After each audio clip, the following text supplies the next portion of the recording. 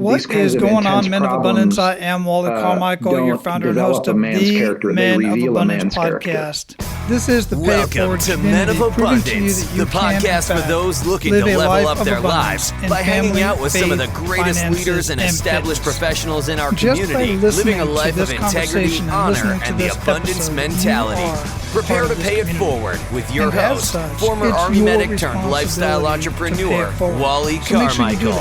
Share Men of Abundance with everyone in your circle.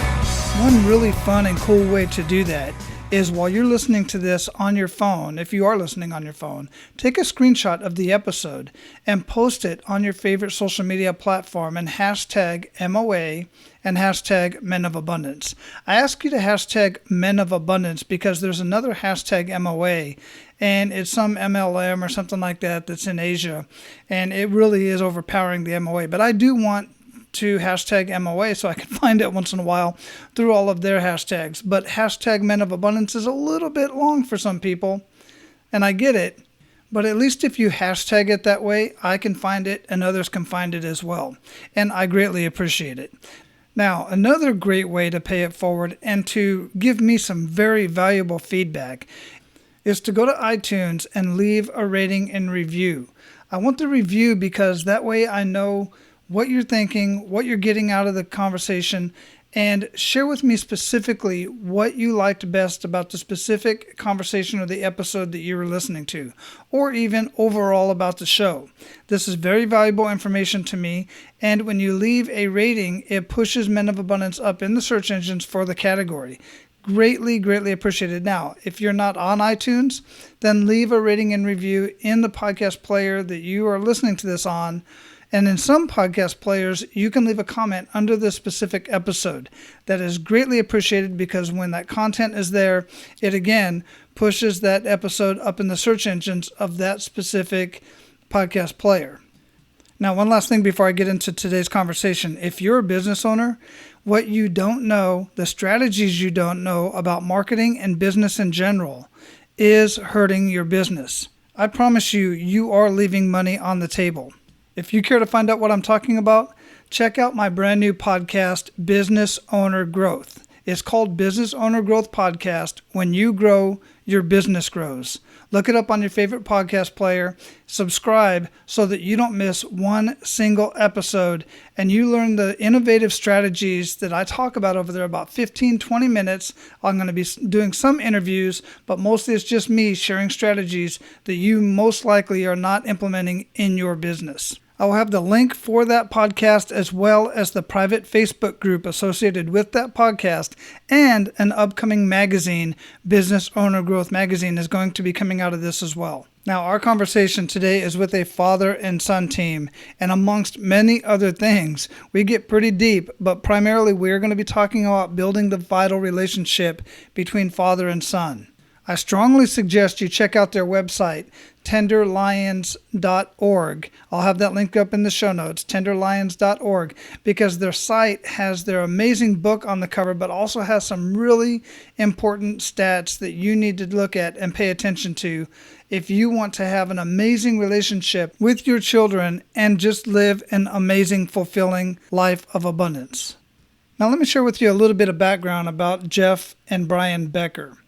Jeff is the son, and he is a co-founder and director of Powerhouse Hoops, a nationally known basketball academy in Phoenix, which strives to develop character in young men through basketball.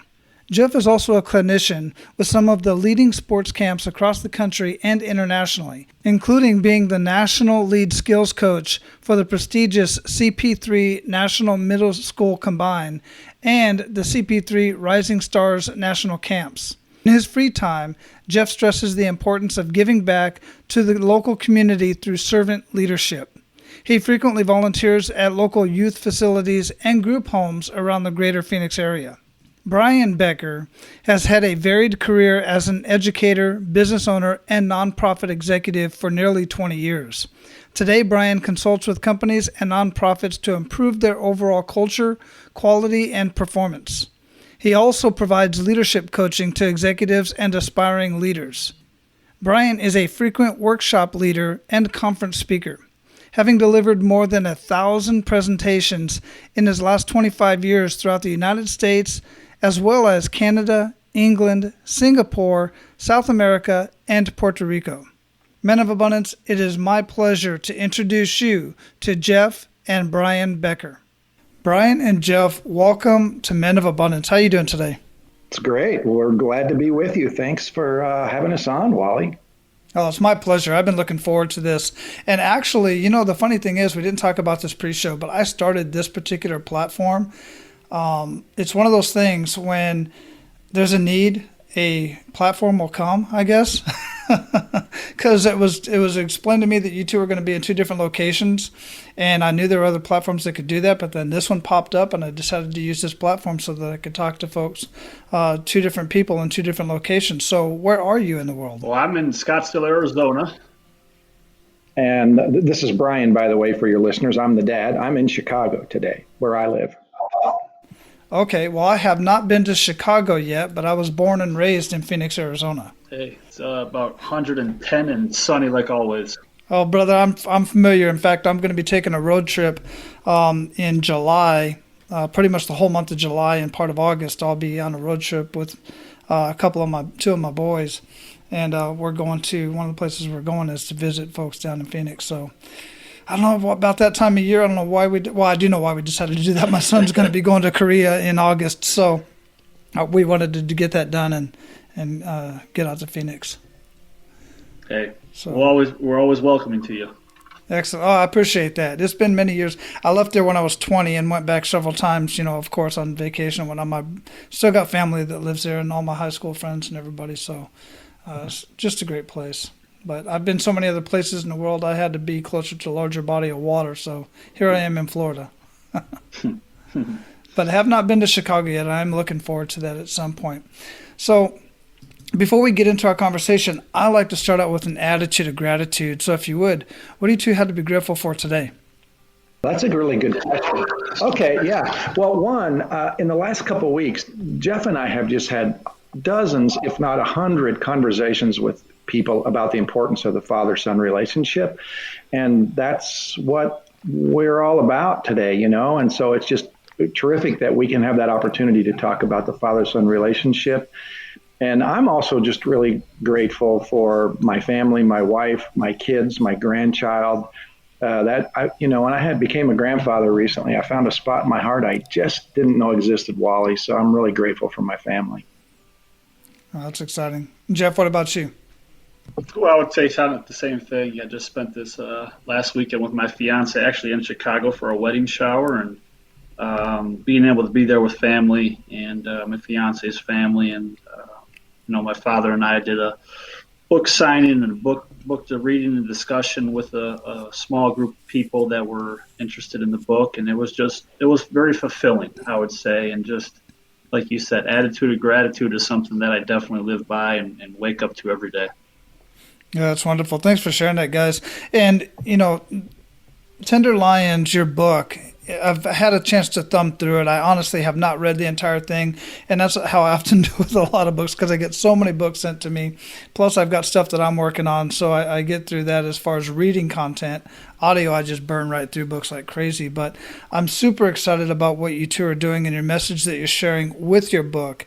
And I have a lot of other questions in reference to that and what your thoughts are as I've been going through it. But here on Men of Abundance, we like to get to know the men behind the abundance, not just the projects that they're working on. And that kind of feeds into, why you're doing what you're doing. So if you would, individually, please describe yourself. This is Brian, the dad. The first word that came to mind, Wally, was broken. I'm 60, I'll be 62 in a couple of weeks. And I've got a lot of flaws. I've made a lot of mistakes in my life. But I'm also, I think I'm unstoppable. I fall down, I get up. I fall down, I get up. I fall down, I get up. I'm a better listener than I used to be. I'm less judgmental than I used to be. The word grace comes to mind. I think I'm more forgiving, more accepting, and trying to be a more loving person. And that seems to be working for me. Well, as long as you have that figured out, that's half the battle, man. Well, it took me, more than half of my life to figure out that I wasn't right about everything. I'm glad it didn't take me quite that long, but that's part of the reason why these messages have to be shared, because as we all know, as fathers, our kids, they just have to learn through the school of hard knocks. I know I did. And if we could just learn from the people that came before us, whether they're our parents or others, it would make life so much easier on all of us. So, Jeff, what are your thoughts? Oh, I think I'm a man of passion. I think I try to live every day to, one of my favorite quotes is just to make someone's day better and be the best part of another person's day. And so I live by passion of whether that's in my field of work, interacting with someone, with my fiance. I just try to make sure that I'm, I phrase to my kids, I'm sorry, in the basketball field I work, and to my players is I'm either a fountain or a drain. You're either going to bring us life and bring us energy, or you're going to suck life out of us. So I try to be a fountain to everybody that I interact with. Yeah, and it's there's so many ways that we can do that. What are some of the ways that you do that specifically within your community and those that you come in contact with? Hey, you said it, attitude of gratitude. I think that we'll talk about a little bit more is just being humble. Really truly appreciating what God has given us, and knowing that we are a servant to Him, but also that we are a servant to others, and that just like on the basketball court, I tell my players, hey, you can't play this 1-on-5, and just like on the basketball, you can't do this alone in life as well. And so I think that for me, it's you gotta, it takes a village to grow a child, and it takes a village to grow a man as well. So accountability, humility, and vulnerability. It does. I was recently reading a book, and this was actually a book from one of the guys I just recently had a conversation with. Well, actually, it was an audio book, so I've been getting through it pretty quickly. And there was a point in this book that talks about how men should not take on, like it's unmanly to marry another woman who already has children, and for that man to raise those children. And I just personally, I'll tell you straight up, my thoughts on that are, it's appalling that anyone would think that it's unmanly to raise another man's children and to remarry a woman who already has children from another man, and to raise that man's children. That is unmanly. I personally believe that we should all be fathers, or at least father figures, to all the young men and women, for that matter, in our communities. And if you have the opportunity to marry into a family and you can be a great role model for those children, then you should do that as well. What are your thoughts on that? I think I would have a really hard time with whoever's writing that book, Wally. Jeff and I have Jeff grew up in a western suburb of Chicago, which is very urban, a lot of poor, very diverse, Latino, Black, a lot of fatherlessness in the neighborhood where we live. And I just think that we owe it to that community to be strong men, to be leaders.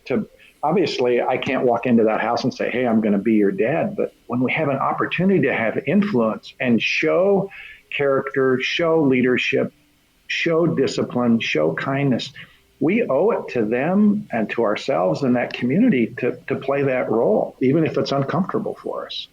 Yeah, I totally agree. I haven't put the book down entirely yet because that was strike 2 in this particular book, but I keep an open mind on any subject matter that's being presented to me, and some of it is intriguing and does make a little bit of sense, but that right there was just, it didn't sit well with me at all. So yeah, I mean, and that at some point I'll reveal that book at some point and see if others can get a hold of it and see what they think of it. But yeah, it didn't sit very well with me at all. But one of the conversations I like to have here on Men of Abundance is the kick in the gut moment. And the reason why I do this is because many of us have them, and it's times like this that really test who we are as a person, as a man of abundance. And sometimes it keeps us down. In some cases, it completely changes the trajectory of our life. So if you would, share with us a kick in the gut moment that really took you to your knees and really make us feel that. When I was about, when I was about 45 years old, I had been keeping some pretty dark secrets from my family for a long time.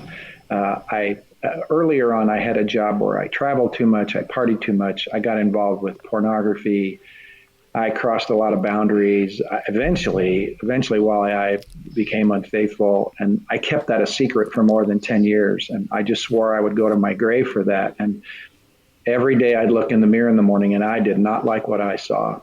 And I eventually decided that I was going to have to get honest with my family, my wife and my kids, if I was going to be any kind of a man of integrity and be able to live with my head held high and not live this double life. And so the day that I told my wife about all these secrets that I'd been keeping, I was terrified. And at the same time, I could say it was maybe the hardest day of my life, but it was it was the most important day of my adult life. Because it was a defining moment where I said, I'm willing to risk all of this in order to be a person of integrity. And hopefully my wife and family could forgive me, and we could start over and build anew on the trust and the love and the understanding in our family. Yeah, thanks for sharing that. That's a lot of information to share, and I can imagine that moment and that day that you decided to make that secret at least known to your wife and your family. Jeff, what are your thoughts? Thoughts specifically on that situation or my own kind of kick in the gut? Because I can go on either. Yeah, both actually. I would like to know what your kick in the gut moment is, but what was your thought process when that was revealed?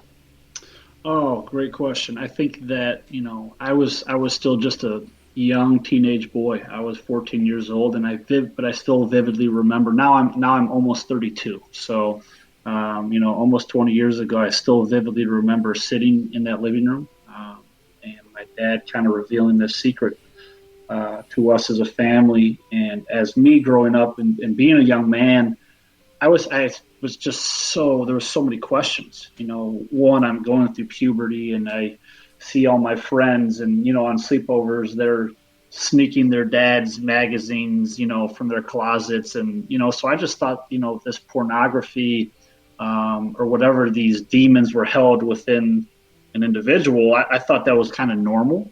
I grew up in this kind of bubble where my families, my friends, all their parents were still married, so I just thought I kind of lived in a bubble where everything was normal. And so to see kind of this traumatic effect, I was in for a rude awakening of what it really takes for a family and relationships to exist and to be loving long term. Yeah, I get that. And Brian, what was your background coming up? I mean, were you exposed to pornography in that type of environment as a young man? I discovered a pornographic magazine on a country road totally by accident. I was maybe 12 years old. I grew up on a farm. I had never seen anything like that before. I didn't even know exactly what I was finding. But I can tell you, I still remember that moment, and I can remember feeling like I got plugged into some sort of an electric circuit. And that became something where it went from being like intriguing to something later on that was really magnetic, and eventually it became obsessive and addictive for me. And I crossed a lot of boundaries because of that. And there's a lot of shame and guilt that went along with that over, nearly 20 years of my life. Yeah, I asked that question because that was I grew up around it. I grew up around pornographic VHSs and magazines and stuff, both in my mom and dad's house. And then when my mom finally divorced my dad, I found some as well as my stepdad's house as well. So it was something that was, I guess you could say, was normal in my world. Didn't think anything of it. Even as I got married, one of the common things I would read was penthouse forums, and openly. I mean, it was not even a question that just it was just normal for me at that point.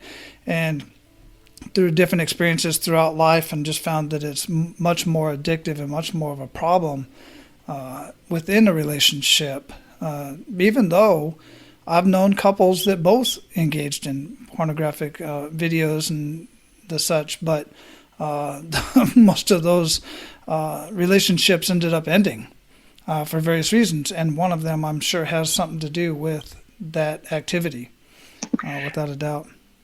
Yeah, I think that, I'm almost certain that when people engage in pornography or lusting, masturbation, etc., on a regular basis, they lose their ability to have real emotional connections with their girlfriend, their partner, their spouse, because they're turning all of that emotional energy that's intended to be in the intimate one-on-one relationship to something that's fake, to something that's fantasy.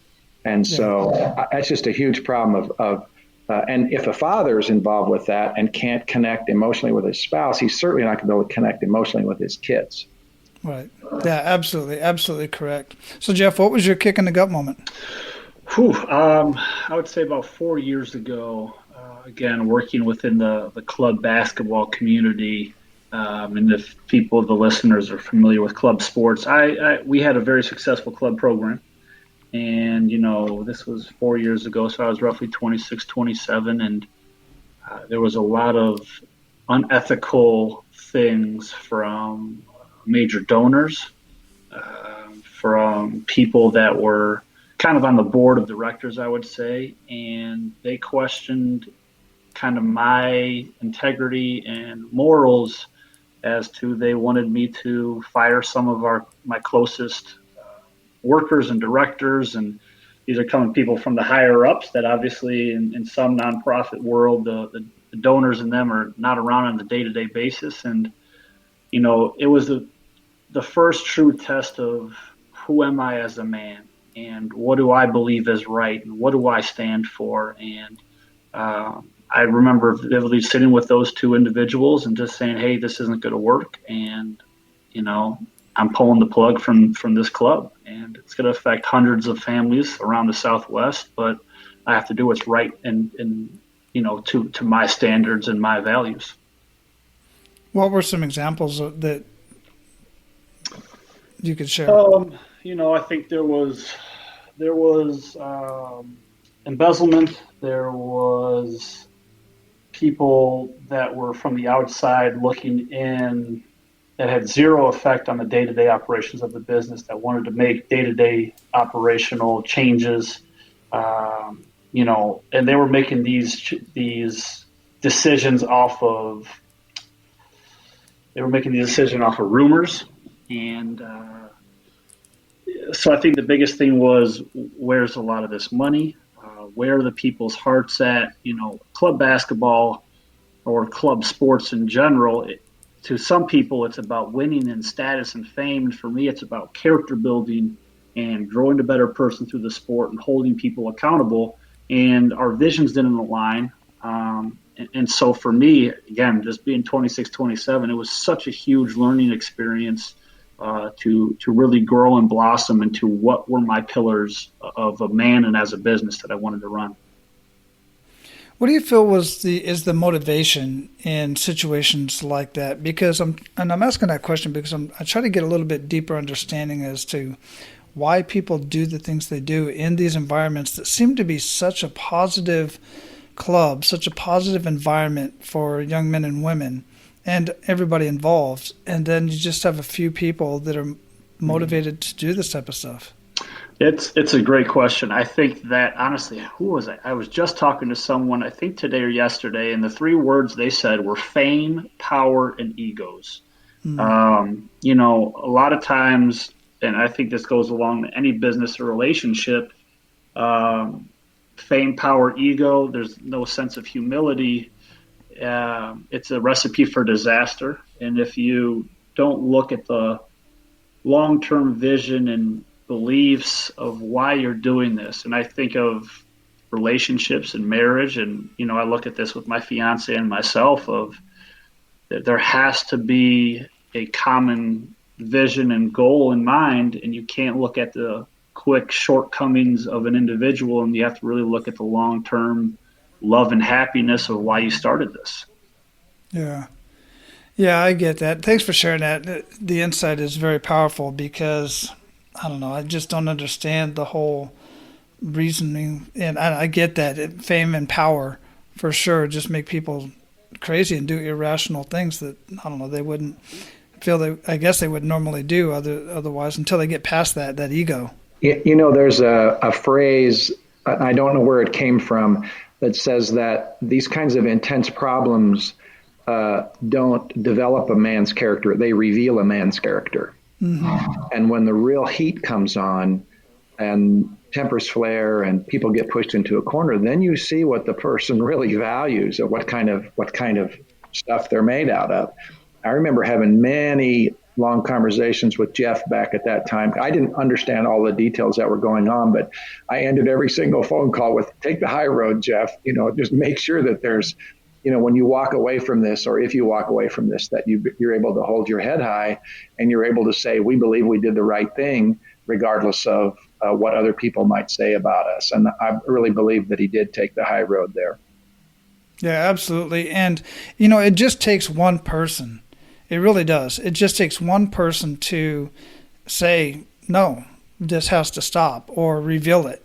And it's very close to me right now. It's actually been on top of my mind because this morning I was watching some live Facebook feeds of some people, some whistleblowers within the VA, and the way that they've been treated, but they still go after it because they feel they're doing what's right.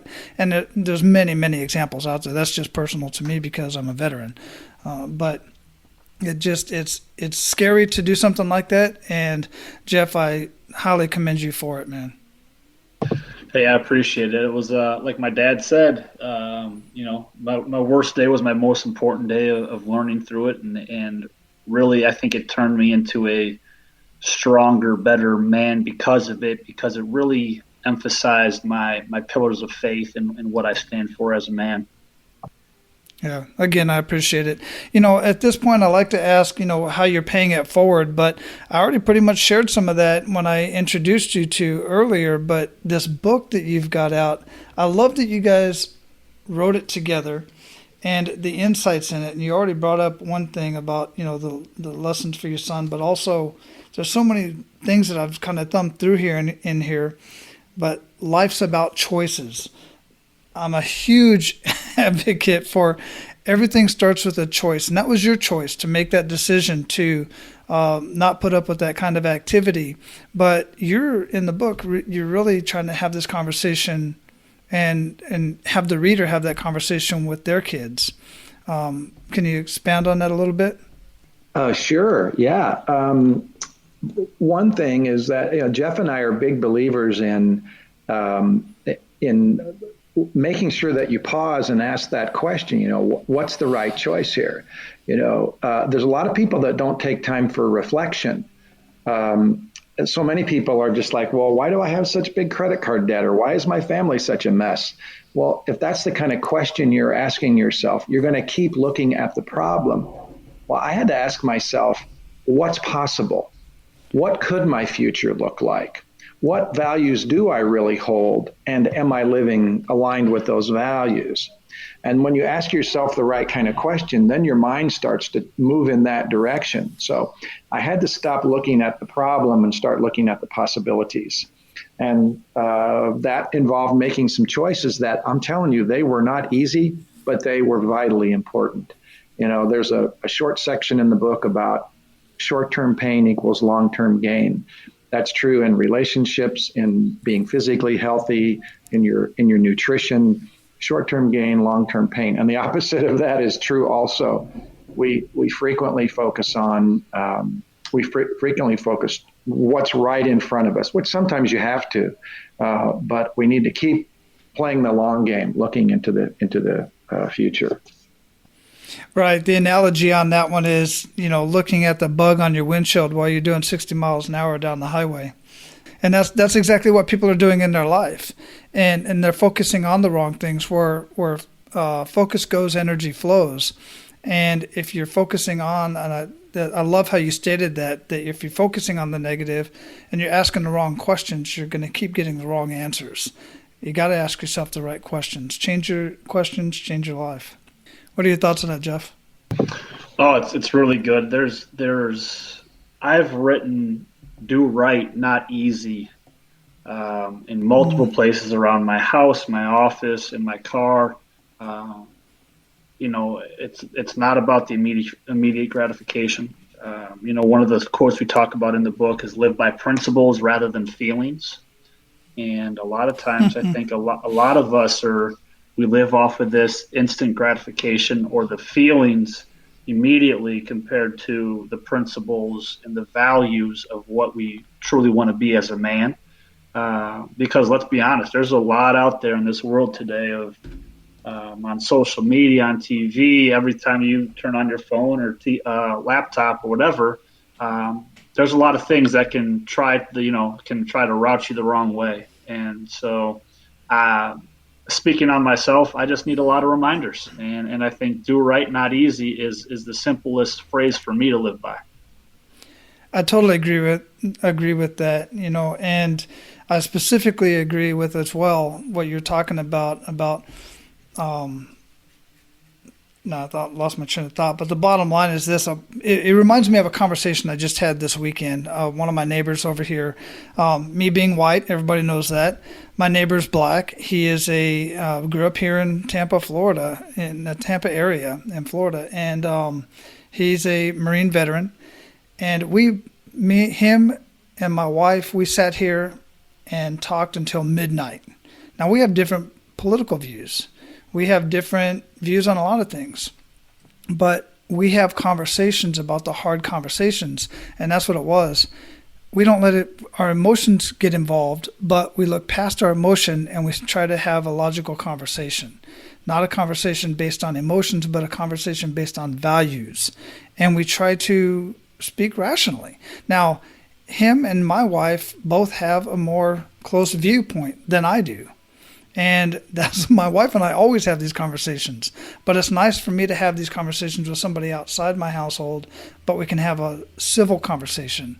Most people, when I was an equal opportunity advisor, when I would have complainants come to my office, just so upset, crying, I would make an appointment with them for either later that day, depending on the severity of the situation, make sure everybody's safe, or maybe a day or two later so that they could calm down, because we could not have a rational conversation as long as emotions were involved.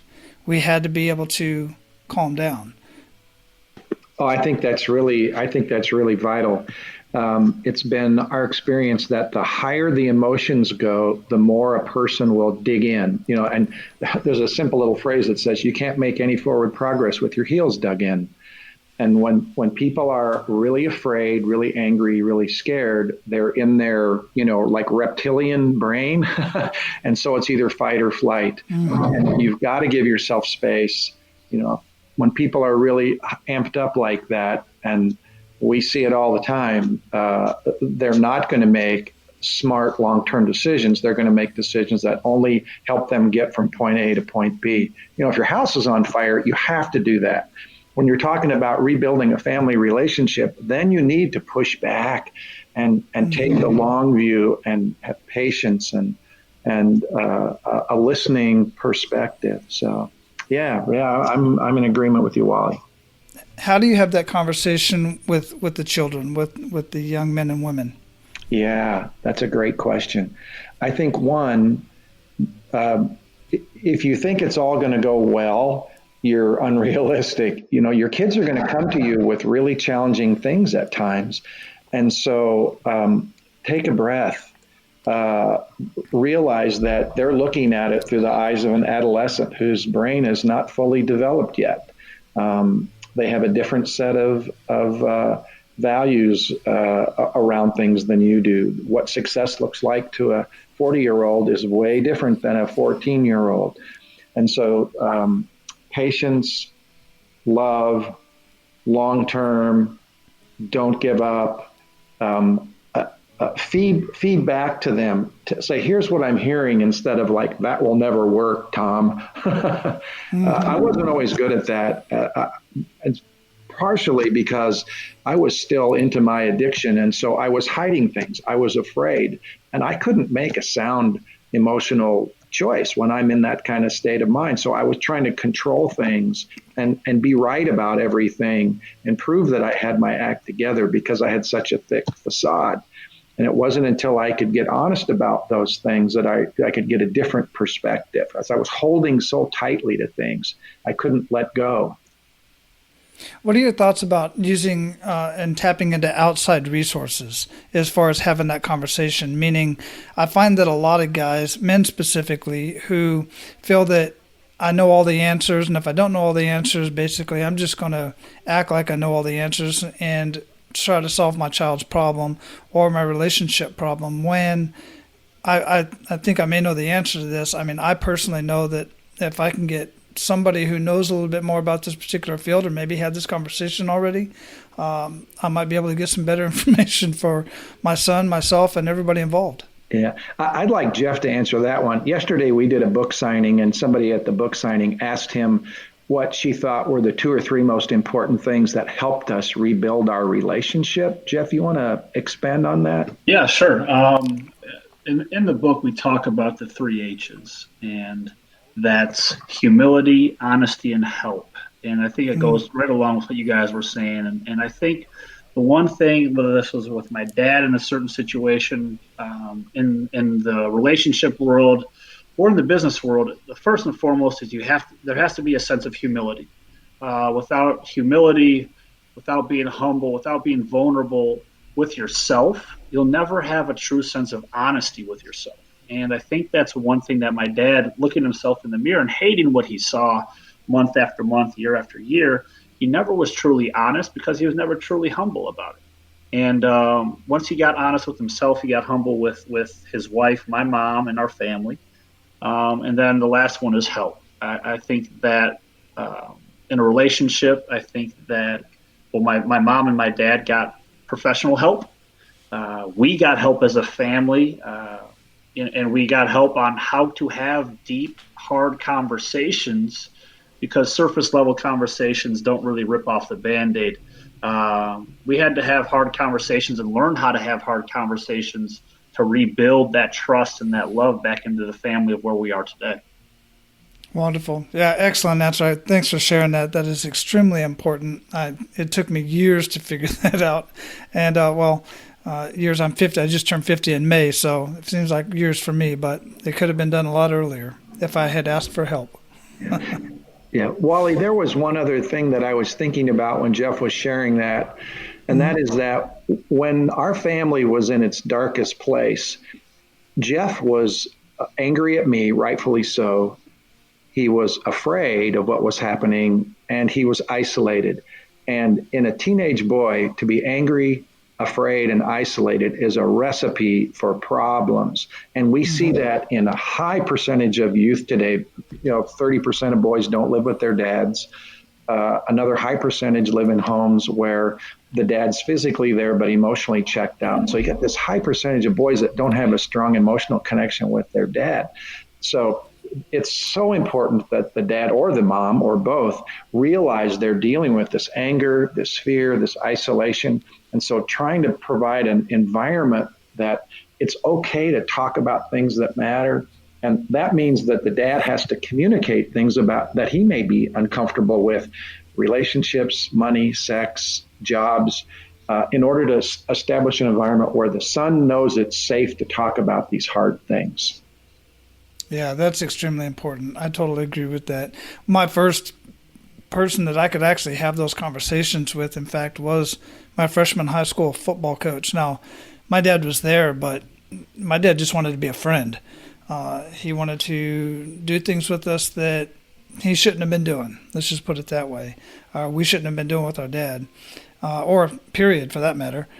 So my high school football coach is really that real father figure. Looking back, I didn't realize it at the time, but looking back I was asked the question, who was the first mentor or person you saw as a father figure? It wasn't my dad, it was my high school football coach. So again, that's why I just think it's such an amazing thing of what you're doing in working in the communities in these coaching programs or these sports programs, because a lot of times that's where our youth is getting some of their values from and some of the best mentorship. And like you're saying, if anything is jeopardizing that, then you're jeopardizing the entire community. Yeah, I think there's two good points of what you're talking about. The mentorship side is my master's in criminal justice, and my final thesis paper was on the importance of after-school programming. And one of the major factors of kids making sure they didn't become a product, or a product of their environment or going to the juvenile justice system was they needed a strong, positive mentor in their life. So that's one thing. And the other thing I keep thinking about when you're talking about the mentorship side and the coaching side is I heard a quote one time from a college coach, and he said, understand your potential impact on the kids that you're dealing with. And he didn't say the impact, but he said, like you were talking about, the potential impact, because these kids don't understand it today or tomorrow. But what I love the most is getting those high school graduation or college graduation invites, or even some of my kids will text me on Father's Day because they don't have a father figure in their life. Those are the things of the potential impact that you are making on these young men or young women that last 10, 15, 20 years from now. Absolutely, a lifetime for that matter, because it's been years since I played high school football, and that guy busted my chops and put me in my place multiple times. Lord knows I needed it. So, guys, we're at the point where we're going to pay it forward to our abundant leaders. You ready to do that? Absolutely. Let's go. Excellent. Share 1 to 3 actionable steps that men of abundance can take today. I think 1 to 3 actionable steps. I think the first, and I would say the 3 H's. I go back to, that's something you can do in a relationship, in a business, in marriage, is you have to be humble, you have to be honest, and you have to get help. I can say that I try and I strive to be humble. I try and strive to be very honest with myself and with my fiance, but also my business partners. And I seek help. I what I call my personal board of directors. I have guys that I trust, that know me personally and from a business matter, and they hold me extremely accountable to what they believe and what I want my morals and my values to be. I would add to that time matters. No matter what the relationship is like between the father and the son, that son wants and needs to spend time with his dad. So time matters. Secondly, it's never too late to take the first step in the right direction, dads. Never too late to take the first step in the right direction. Even if you're, a grandpa and your son is 45 years old, it's not too late to take that. My dad and I put an amazing amount of healing back in our relationship when I was in my mid-40s. And I'm just so grateful for that. And lastly, and this is sort of an ironic thing, Wally, in the darkest part of a man's secret world, the things he's ashamed of, what he's afraid of, in the root of that darkness and those secrets are the seeds to a new life, a better life, and where his greatest strength can come from. When he can find the courage to face that darkness, he's going to find a whole new life in front of him. Wow, that is extremely powerful. Yeah, thanks for sharing that to both of you guys. What are some rituals that make the biggest impact in your life? I think I love my mornings. I think my parents, my dad spent some time out here on Father's Day weekend. He was surprised that I would actually get up early now, but I love my mornings. My devotions, my meditation, I read, and then I finally get, I go work out, and I do all that even before getting anything done with work, because I feel like clearing my mind physically, mentally, spiritually, to get the day started for me. I'm starting to, I think maybe I'm becoming an old soul, but I'm starting to value my mornings a lot more. What about you, Brian? For me, this doesn't happen every single morning, but most mornings I exercise. I have a prayer time. I have some reading time. I'm a big believer in, I'm a Christian. I read the Bible. I just think if I want to know the mind and the will of God, I have to know the Word of God. And then there's a group of guys that I like to get together with once a month, small group. We're all starting something new right now. So we come and we ask each other hard questions and share our best ideas. And so I need that accountability from other men who are also husbands and dads and grandfathers to keep me sharp and to keep me accountable.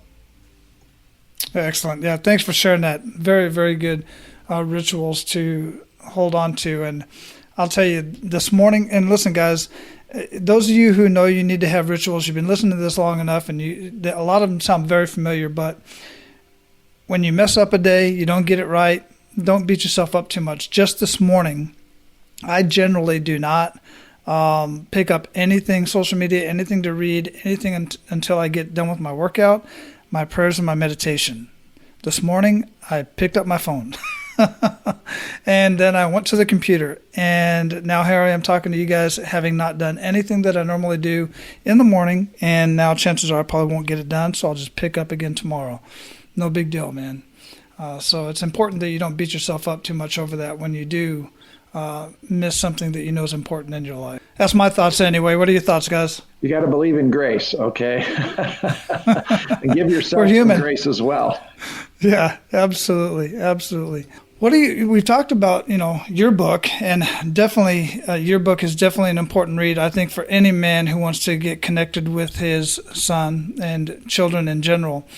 But other than that, what are you reading or listening to that you'd recommend to our abundant leaders, and why? I'm a big entrepreneur, so I actually just finished a book called Delivering Happiness. It was the story of the Zappos, and just talking about passion, purpose, building a culture, doing things the right way, treating people the right way. So that's from an entrepreneur side. I listen to a lot of podcasts. I was just talking to my dad the other day that my me time is in the car. And I'm big with Craig Rochelle and his from a religious, faith-based aspect in his Life Church sermons, but also he does once a month, he does a leadership podcast. And just coming from a guy, a man of faith, a man of humility, but a very successful businessman as well. So I try to fill my head with podcasts and books, and honestly, I don't watch TV or listen to much radio anymore. I had a good friend of mine who's a university president who said, Brian, you've read hundreds of leadership books. You rarely can pick up a leadership book where you haven't already read all that stuff before. So he encouraged me to start reading classics. And I had never done that in my life. So I just recently finished reading The Brothers Karamazov by Dostoevsky. And I'm reading Anna Karenina by Tolstoy right now. And what I'm finding in those books, not only are they great stories, but the depths of the human condition of brokenness, forgiveness, how the mind works, how the family works, finding deep, deep lessons on the human condition in those classics. Also, I read recently a book by, he passed away a while ago. His name's Edwin Friedman, a book called Failure of Nerve, Leadership and the Art of the Quick Fix. He writes about how, many Americans think we're getting stronger and evolving to a higher point. And the reality is that a big percentage of our population is devolving, not evolving. We're becoming emotionally weaker and weaker.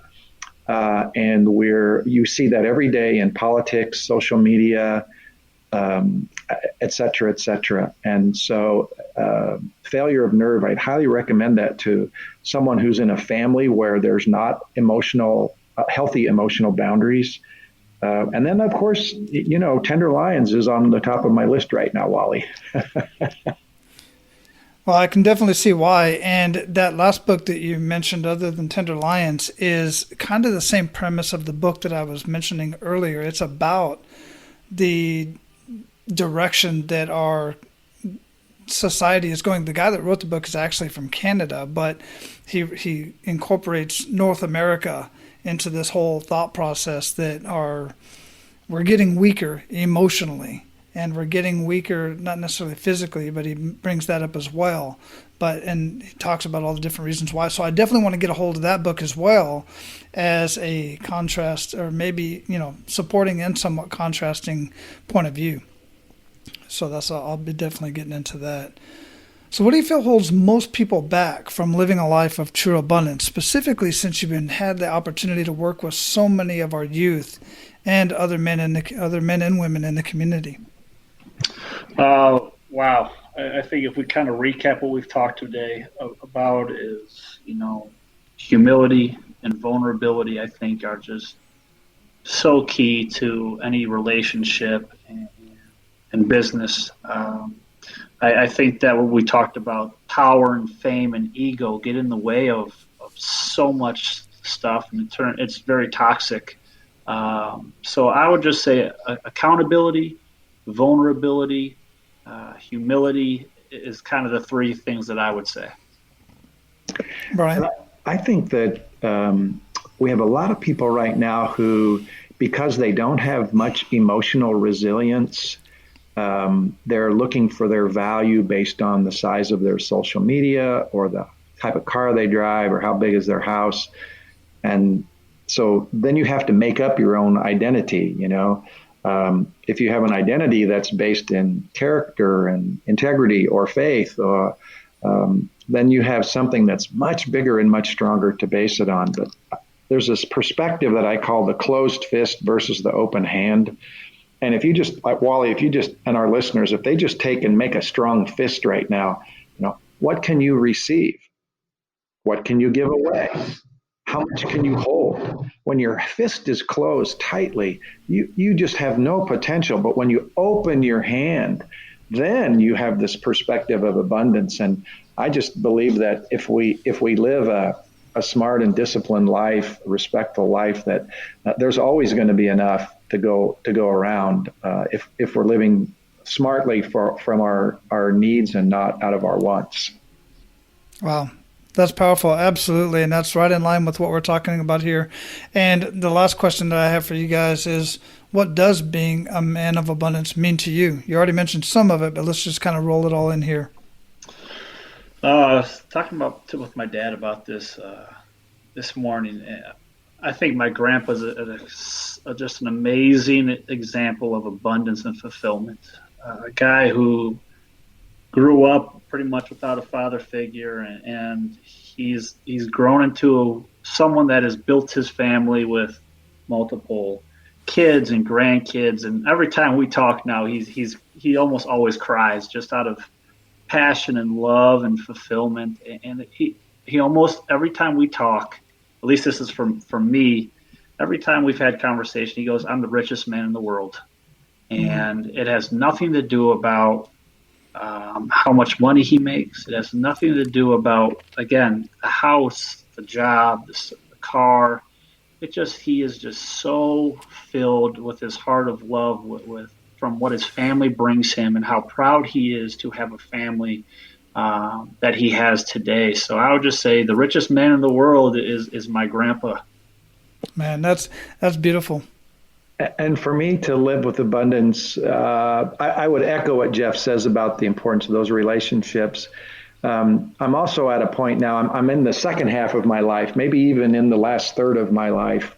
And what I see now is a real desire to take you asked me, to describe myself 45 minutes ago, and the first word I used was broken. But, the fact that I'm broken and now put back together gives me a whole nother lens on life, and my desire to give away my time, my experiences, my money, is just something that I now look forward to, and know that somebody else is going to benefit from this. If I can affect a relationship between a dad or mom and their children in a way that helps them to build a stronger relationship, it'll strengthen their family. And our history has taught us that strong societies are built on strong families. And when the family deteriorates and breaks down, the society will crumble. And so we know that we're involved in something that's really important right now. And, we're going full blast on that. Yes, you definitely are, and I greatly appreciate it, both of you, for that. Now we're going to close this up. Before we do, we're definitely going to have tenderlions.org linked up in the show notes. So guys, you can go there and check that out. Definitely check out tenderlions.org. The book is there, talks about the authors, reviews, all that good stuff. But guys, before I let you go, what did we not talk about that you want to ensure our abundant leaders get out of our conversation today, and how else can they get more of you? Wow, this has been really, really a deep conversation, Wally. Thank you for having a great format, for really helping us prepare. I think the only thing I'd like to share is that, precisely in what we avoid as dads because of our upbringing or our fear or pride or whatever, right in what we avoid is where we're going to find our strength as a man when we find the courage to face that. I mean, whether you're religious or not, John 8:32 says the truth will set you free. It may not be easy, but it's transformational. That's beautiful. Jeff? I'll piggyback off of that. I think that kind of going back to the basketball world is I tell my players, be comfortable being uncomfortable. And, you have to be okay with hard conversations, with deep conversations, with meaningful conversations. And it's okay to disagree at times because it shows passion and belief in one another. But I say be comfortable being uncomfortable. You can't just have surface level conversations. So when I'm learning with my fiance, someone once said, "Hey, don't go to the marriage counselor when it's time for a divorce." Make sure you're having these hard conversations with your spouse, your loved ones, your family, your business partners now, because you got to be okay with a little confrontation. Absolutely. I got to tell you, we get into all my boys are home. I got a 25-year-old, a 19-year-old, and a 9-year-old. My 9-year-old tries to get into conversations as well, but when we sit around the dinner table or otherwise just hanging out, we get into some deep conversations. And my boys do disagree because of where they're at in life. They do disagree with us and our thought processes, and we just have those conversations. And I encourage it. I absolutely love it. So I think I'm on the right track in that regard. Thanks for sharing that. And guys, it's just been an amazing conversation. Both of you go out, live your life of abundance. Keep paying it forward because it is making a huge difference. I absolutely know it is. And I thank you for it. No, we truly appreciate your time. And like my dad said, it's been fun. It's been extremely meaningful. And I think that what you're doing is extremely impactful on those that listen. We appreciate you. Excellent. I appreciate that. All right, guys, I know that some of you have strained relationships with family members that you really should and want to be very close with. Your action step right now today is for you to reach out to those that you love, even the ones that you haven't had conversations with in years. Pick up the phone, send them a video, however it is, but I strongly suggest you do it via video or audio, and just call them and simply say, "I'm thinking about you and I love you." That's it. You don't have to start a dialogue. You don't have to explain anything. Just call them, tell them, "I'm thinking about you and I love you." Now, for those that you currently have a strong relationship with, strengthen that relationship. Take them out. Just do something just you and that one person. And if you have multiple children, then do this with each one of your children periodically throughout the year, or maybe every other month or something like that. These are things that you have to do to really engage with your family members and show them that you truly care about them and are thinking about them and have their best interest in mind. Look, I've said it before. I'm no therapist or anything like that. These are just things that I do within my family that strengthen and build my relationship so that I can live my best life of abundance. Now, go out, live your life of abundance, and make sure to pay it forward. That's all for today, Abundance Leaders. For more about our guests and the powerful information we shared with you today, be sure to sign up for our mailing list at menofabundance.com. We appreciate your time and look forward to hanging out with you on our next episode. So until then, be sure to pay it forward and live your life of abundance.